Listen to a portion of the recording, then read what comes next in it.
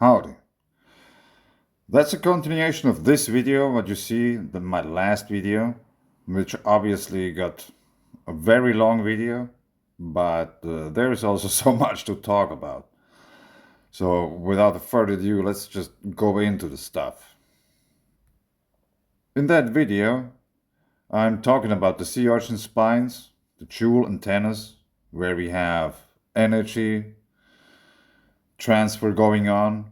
Some of them are more or less just based on the geometry of the geological feature, but in other cases, there is actually energy flowing through that geological feature. Is it on land or in the sea, like beneath the water surface? It doesn't really matter. If there is water or lava pouring out of there, or there is a volcano that is in a way active but it's just not erupting, there is an energy exchange going on. And like I explained in this recent or in the last video, the energy goes both ways. So if there's energy going upwards, there is a channel created in order for energy coming back. It won't be the same, it will react differently, but it always goes both ways. And that's one of the reasons why I came some time ago to the conclusion that weather or weather systems are more and more influenced by the actual geology at the places themselves.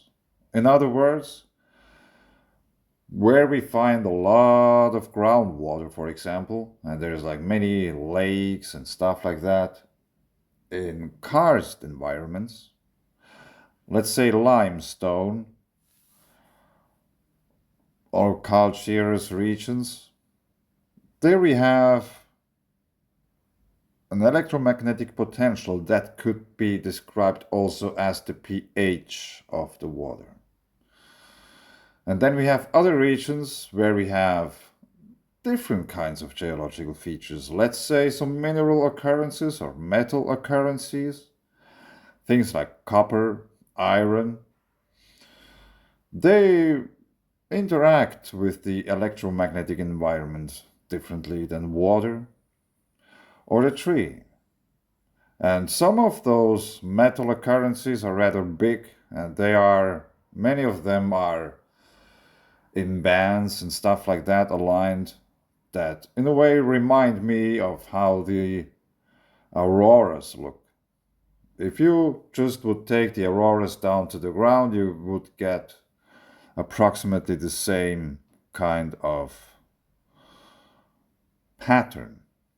But we won't talk about this in particularly now. You will find this, I have been talking about this many times. And that's also a thing that, if we go, for example, here to this picture, here we have, let's say, the ground, and that's an atmospheric layer, and this seems to be a little bit higher. So we have different atmospheric layers.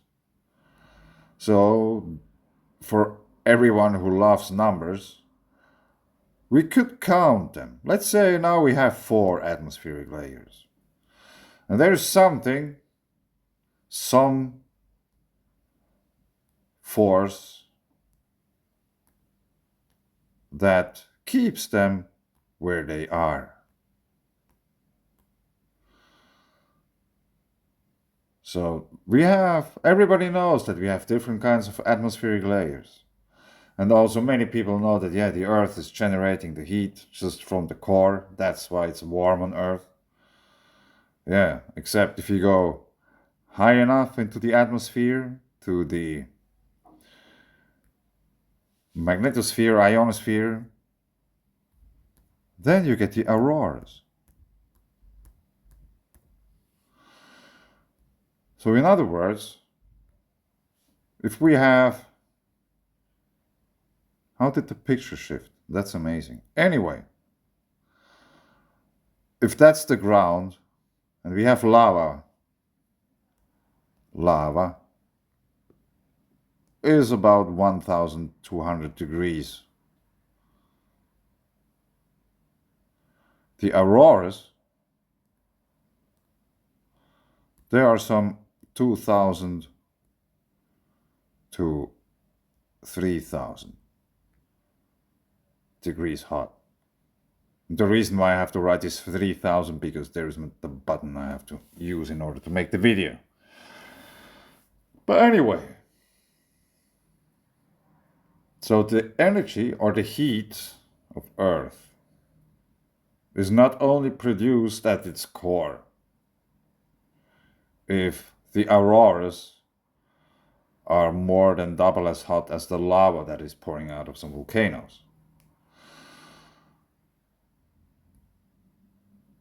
That could make some people think that in geological terms, what do you think when they talk about metamorphosed rock? Because there has been pressure and heat. And some of the stuff they find, they figure out that it needed immense amounts of heat. And so, therefore, their only conclusion is that it has to be made back in the days somewhere very deep in Earth, because that's the only source of heat. No, it's not. The auroras are much hotter than any lava that is pouring anywhere on Earth. The hottest lava on Earth is somewhat 1,200 degrees, a little bit more maybe. But the auroras, 2,000 to 3,000 degrees, and the Steve phenomenon maybe up to 10,000 degrees. So, something, or the something, that is keeping the auroras in place is also keeping the clouds up in the heavens. The clouds where we get the rain from. And there's so much rain in Central Europe at the moment that it might turn out that it has been the biggest rainfall ever anyone alive has experienced. Yeah. And the thing is, in a way, it seems to me that that was just the first one of maybe several. But that's one of the reasons why I make an upcoming or a continuous video of the first one. So now, we were talking about the energy exchange, and I have been pondering about how the weather is maybe more and more steered from below. In other words, the telluric currents that flow through the Earth's crust and stuff like that. Because our Earth's magnetosphere, or the magnetic field sphere, is weakening and stuff like that. So the imprints in Earth's crust, they gain more and more influence on local weather. So if we have, like here in eastern Finland, that is rather close to the Kursk magnetic anomaly, one of the strongest magnetic anomalies on Earth, that obviously seems to create a rather strong magnetic vortex that creates, in weather terms, a high pressure system. In other words, the energy is coming in. And we have the southern Finland conductor that is about 400 kilometers long. It's a geological structure about 400 kilometers long, 50 kilometers wide. And it's called the southern Finland conductor. But now we have all those low pressure systems, or this very big, strong vortex that is spinning over Central Europe. And before we go to watch at some weather maps, I wanted to show you something that, since I found it maybe 2 or 3 months ago, I saw it the first time. It was amazing, because someone figured that all out a long time ago. It's amazing. Yeah, and it is the universal one from Walter Russell. And this has been published already in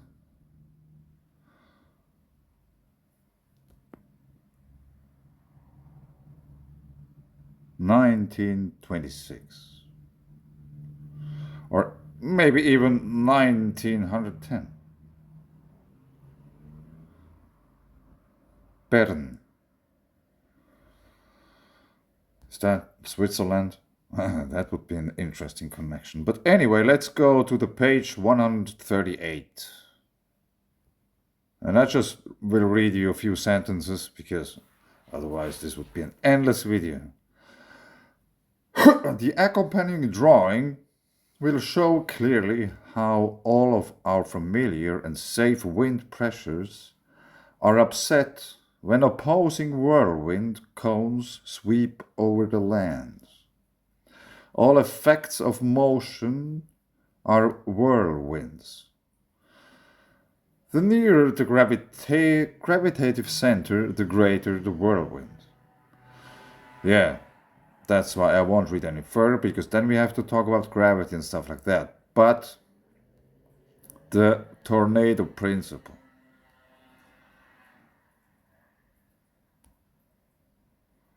Here you can see the whole picture. So maybe, compared to the sea urchin spines, what I already understood and somehow tried to explain that they are functioning like antennas, as I have tried to explain that volcanoes are antennas too, especially if they have emissions like SO2, sulfur dioxide, and stuff like that. It will accumulate at a certain layer in the atmosphere. I think I've been drawing this many times. Let's say this is a volcano, and that's the SO2 plume, for example. Sulfur. And then we have atmospheric layers that are also electromagnetic potentials, because there are different charges within those layers. And we have to remember that we have to remember that they might come very close to each other in certain occasions, or they might even merge into one. And in these places where they have rather close contact or merge into one, especially if there's something plowing through the whole thing from below, then we get, for rather brief moments or even longer moments, more energy induced into the system. Basically in the same way as if this would be a magnet and this would be a magnet, and we move this up and down, every time it would go through that, it will induce a little current. But if it doesn't move, there is nothing going on.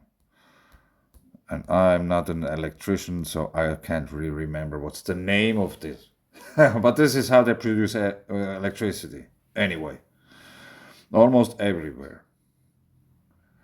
So, there are those atmospheric layers and our SO2 that will accumulate somewhere in a layer. And because there is the charge, and there might be something going on here, and there will be charge going into this plume, and through that plume back into the volcano, and from there maybe somewhere else. So the whole thing is a circuit. It goes both ways.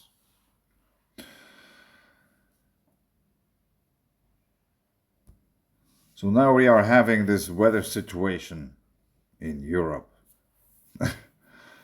Yeah, it looks very bad. And if you look at is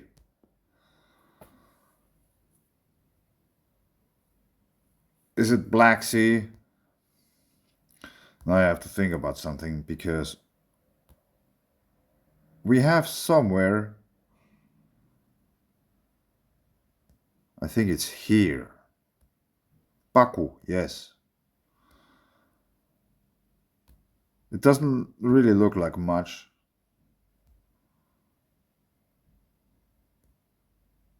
Do we get any satellite picture from here? No. Anyway, Baku. Let me show you Baku quickly. So that's Baku.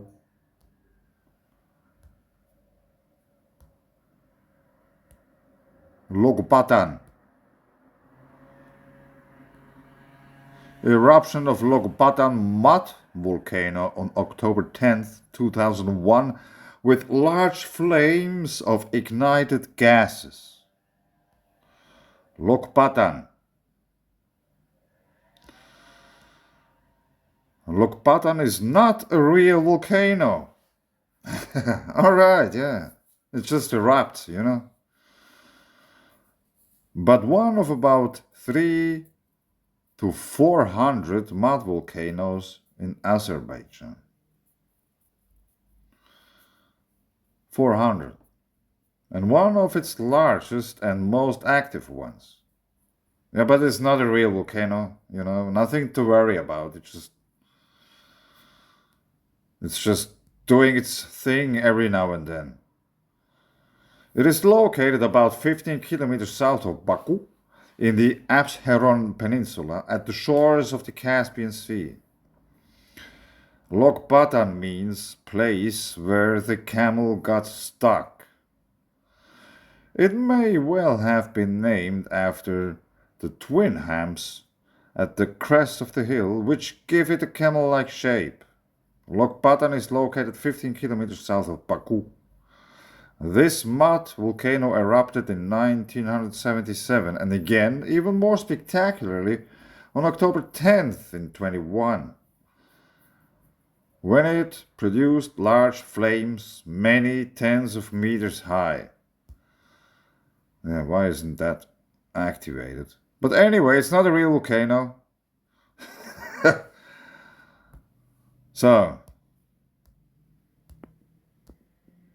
we didn't really look at it yet. And they're like mining stuff all over the place there. And obviously this is not Google Earth, that's the volcano application. So the navigation is a little bit harder. But obviously there is something going on, and there are many, many of these volcanoes. 400. At least according to them, even though one of the biggest isn't an actual volcano. Someone thinking critical might even ask that, yeah, but if that's not a real volcano, do they understand volcanism in the first place? Yes, they don't. And we have even a deeper quake, 52 kilometers, yesterday. Now let's check out some earthquake activity in the region where we have the floods. There is something bigger going on here. 4.3, 22 hours ago. 10 kilometers in depth. Doesn't say really anything. No, we don't dive now into the reports. But I've been writing about the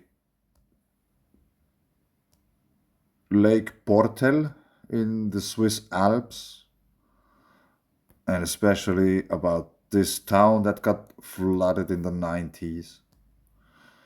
I have been talking about this in the last video. And Lake Portel is rather hard to find.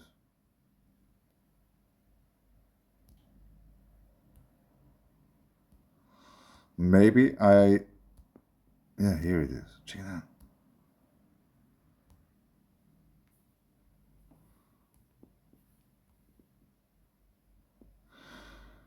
Yeah, it's about 400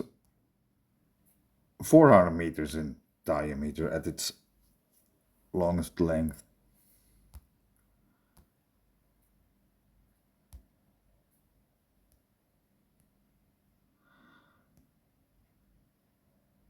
And here you can see the different kinds of layering. In order to get this somehow layered in the first place, there should be rather big waves and stuff like that. That could be easily produced if there would be a huge amount of water all of a sudden coming from below. And as I explained in my Mountainwater paper, if that's the surface and we just saw Walter Russell's spirals that go in both ways, yeah, he's a much better drawer than I am. Let's just imagine this would be vortices. In other words, this is what I meant, the meeting of the waters, or when I wrote in my last video. Because if we have here up in the sky some very strong electromagnetic potential in the form of weather, then we have to expect something similar going on here down below. And I'm just now drawing a sign in order to draw something that there is energy. And because there is so much energy in the sky, like we have seen, or let's say, I hope you have heard and seen some pictures of the flood that is going on in very large parts of Europe. When we go back to the weather map here,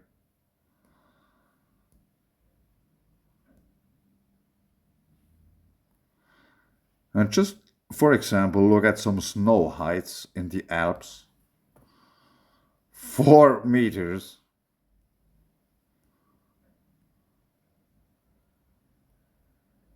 $470, $80, more than 5. Yeah, somewhere was more than 5 meters. More than 5 meters snow depth. So, there's like many other places. Do we have something like this in Austria as well?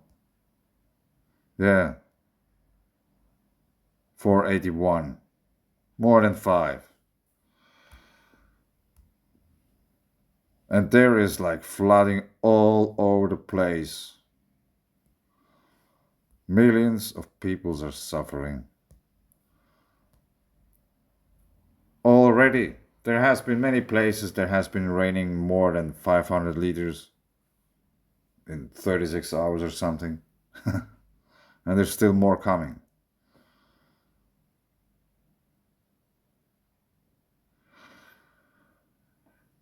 So, as you can see here, if you ever have time and are bored, you can go to Google Earth and check out this region.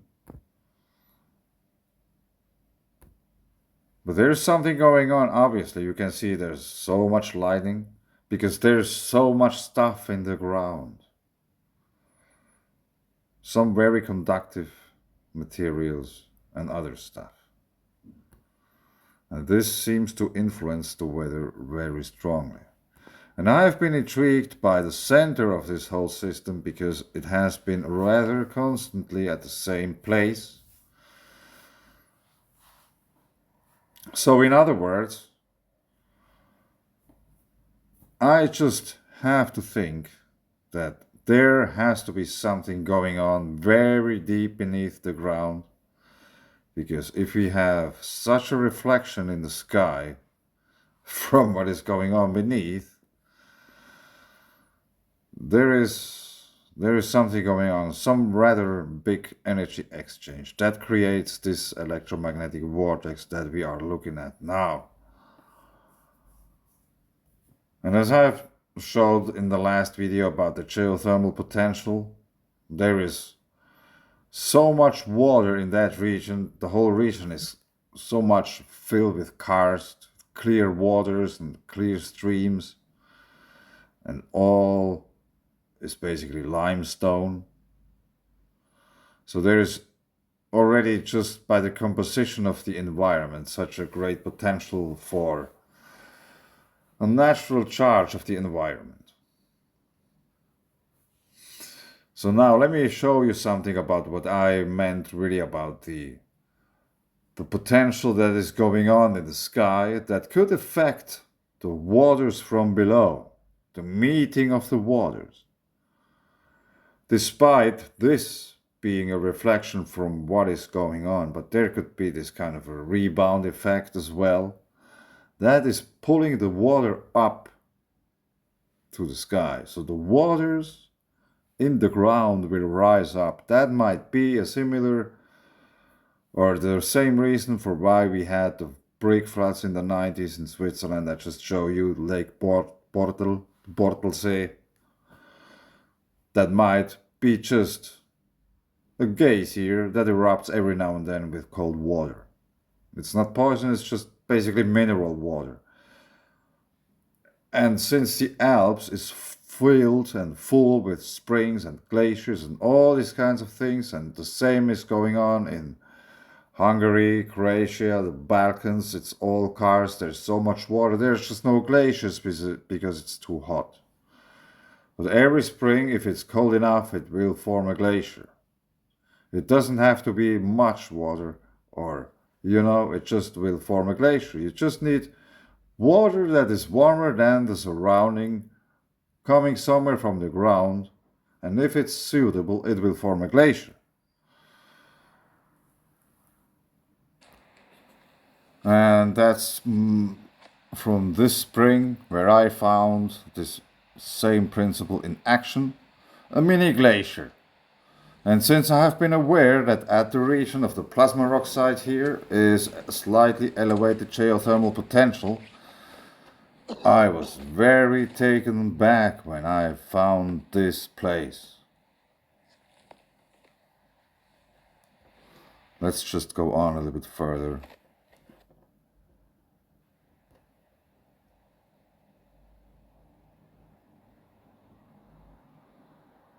This is the exact same principle as all the other glaciers function on Earth. As you can see, there is no snow. It has been cold, then it melted. It has been warm for a while, and then it got cold again, but there was no snow. And this thing formed. And you can see how the ice is in some places, it is wet. The surface is wet. And in some places it's frozen. And I don't know exactly what's the thing behind that. That it somehow, it seems to sweat. For lack of better terms. So, glaciers. Water pouring out of the ground. And let's say there would be fluctuations in the water amount that it is pouring out of this. There could be a flood if there would be any reference point, but there's just the lake starting a few meters in the back. But obviously the water is pouring out somewhere out of the ground. And it is warm enough to not freeze over immediately. And I think it also depends not only on the temperature of the water, but also of the constituency of the water, what it is made of. What are the dirty things in the water, the metals, and all these kinds of things. And now I want to show you this video from Mr. 2 Tough 2, 7 kilovolts in salt water. So obviously we have water here, and there will be induced electricity into that vessel. In other words, you can imagine this being an atmospheric layer and this being the ground or even beneath the ground. Now let's just have a look at this.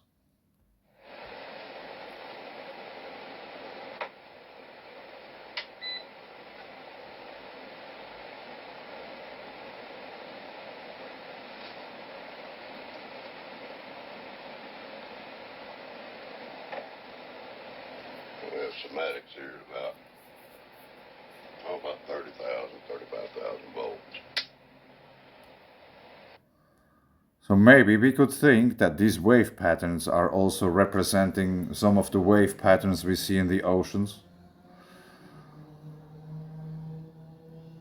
A little spark there.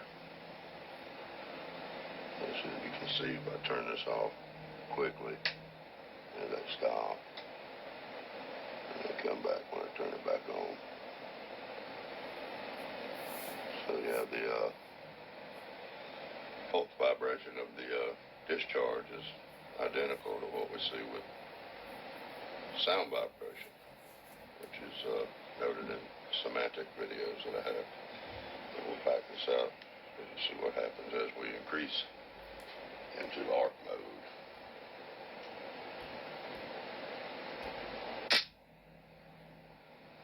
This is just salt water.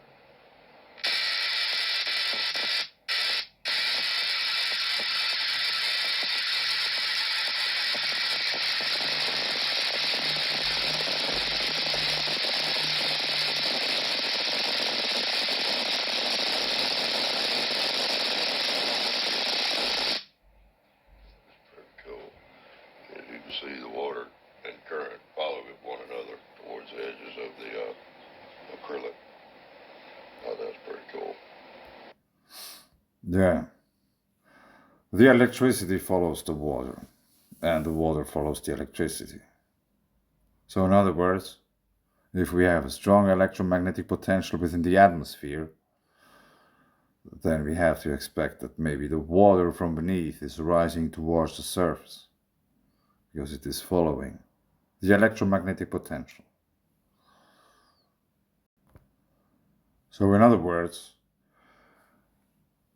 when we remember that mountains are basically created by electromagnetic processes, and if there has been a layer, that's the surface of Earth, and electricity, maybe I have to change color, you don't see anything. That's the surface, and we have electricity creating mountains. Then there is something going on beneath as well. So it's connected to some degree with water. There has been water within the whole process all the time. As we have nowadays. If you have thunder, thunder weather, you get the lightning, you get the rain, there is water, there is the lightning bolt. But back in the days when all those features got created, some of those connections towards the heavens remained. So the water stream actually is still continuing, as it has been all the time since its creation. Many of those got broken over times by earthquakes and stuff. So that's why they are still very active, and I think a rather underestimated part of Earth's electric environment. So I made this map some time ago. I stumbled across today when I searched for something else, and there is this feature here, and I'm not very sure what the red things are. Is this some magnetic anomaly or something? I don't know. So we have this blue spot there, and that's actually the spot where we have almost the most precipitation in this event that is going on right now. And the whole event takes very much place within this triangle.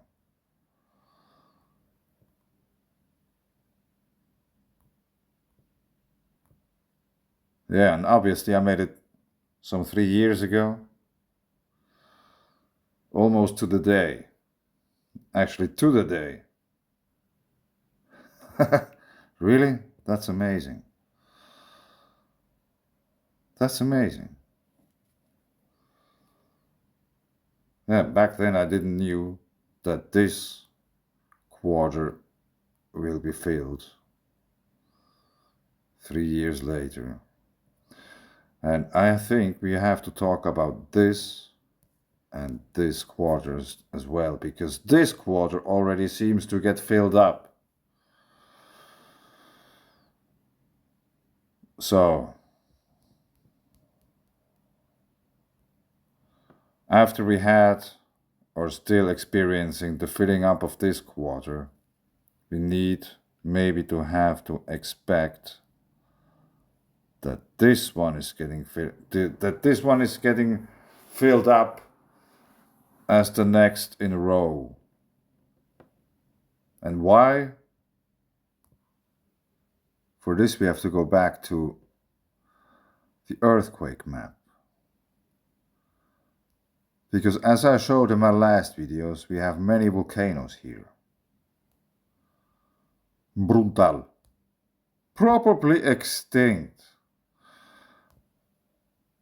And that's the Heb Basin volcanic area. So now the floods are basically in this area here. I don't know, something like this.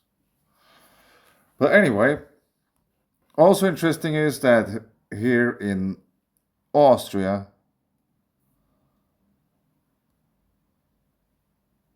where is it? Somewhere is Salzburg. Yeah, I'm sure it's there. And Salzburg means salt castle. So there must be very much salt, a big salt deposit. Otherwise, there would be no sense for the name of the city. We all know, we just watched this electric discharge experiment that included salt water. And I've been talking and writing about these iron wells in the Alps. I have been talking about this one glacier, Diablere, that possibly contains iron as well, so we would have an iron glacier. And if we have enough electromagnetic potential in the air, that could quite likely be linked to the electromagnetic potential of the Earth's crust, i.e. telluric currents, we might have to expect very strong activity. And since we are just going into fall, we might have to expect that there's coming a few waves of these kinds of events.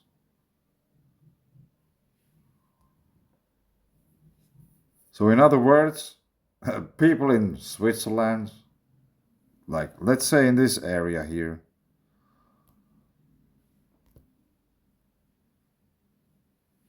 maybe it goes down the Rhone River Valley, they should be on very high alert.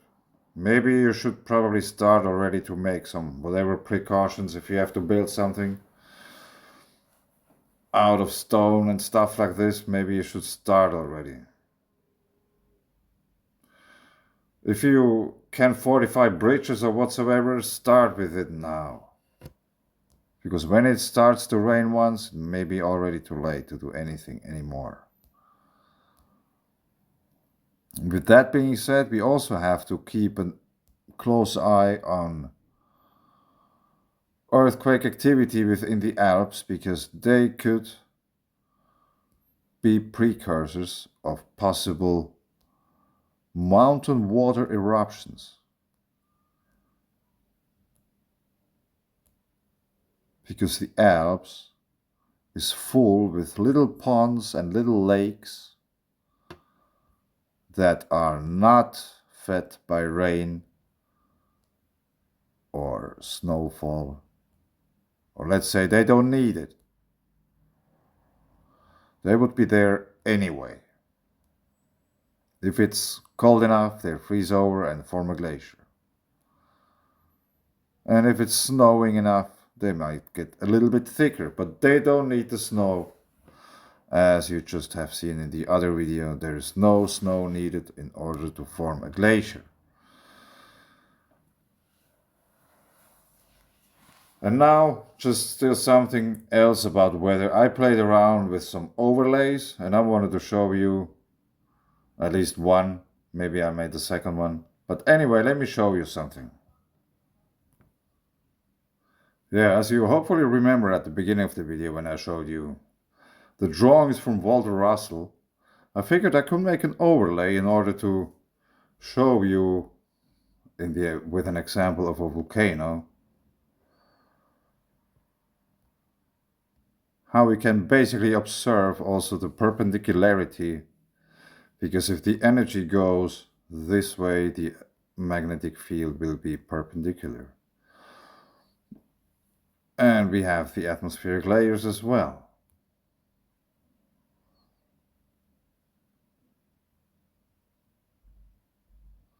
And that same thing is true for all the weather systems, basically. There is a connection to the ground, whether it's a high or low pressure system. And now still one other overlay I am very excited about to show you. It's about my claim that clouds are plasma, and you have seen the last one when I showed you the comparison with Ben Height's plasma.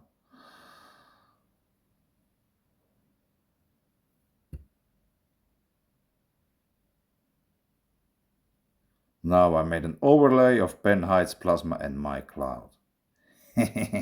I find this very neat. Yes, that's pretty cool. Now we have both in one picture.